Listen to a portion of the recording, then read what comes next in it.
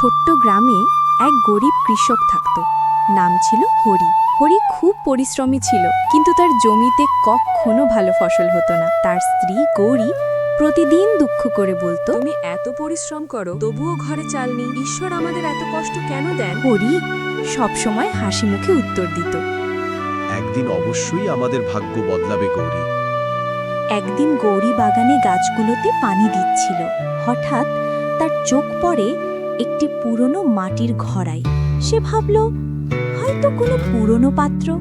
সে ঘড়াটি তুলে ঘরের এক কোণে রেখে দিল।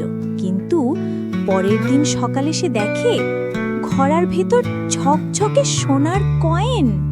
গৌরী তো অবাক। হরি সেই টাকা দিয়ে বাজার থেকে চাল, ডাল, কাপড় সব কিনে আনলো। কিছু টাকা গরিবদেরও দান করল। হরির পাশের বাড়ির লোক গোপাল খুবই হিংসা করল। এক রাতে সে চুপি চুপি হরির ঘরে ঢুকে সেই জাদুর ঘড়া দেখতে গেল। হঠাৎ ঘড়া থেকে এক গম্ভীর আওয়াজ এলো, গোপাল, তুই চুরি করতে এসেছিস? লোভীদের আমি ছাই করে দিই।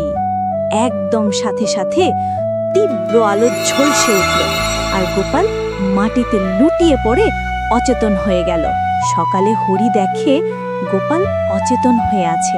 সেই দিনই হরি বুঝল, জাদু যতই শক্তিশালী হোক, লোভ মানুষকে ধ্বংস করে দেয়। সে ঘড়াটি নদীর ধারে গিয়ে মাটির নিচে পুঁতে ফেলল এবং বলল,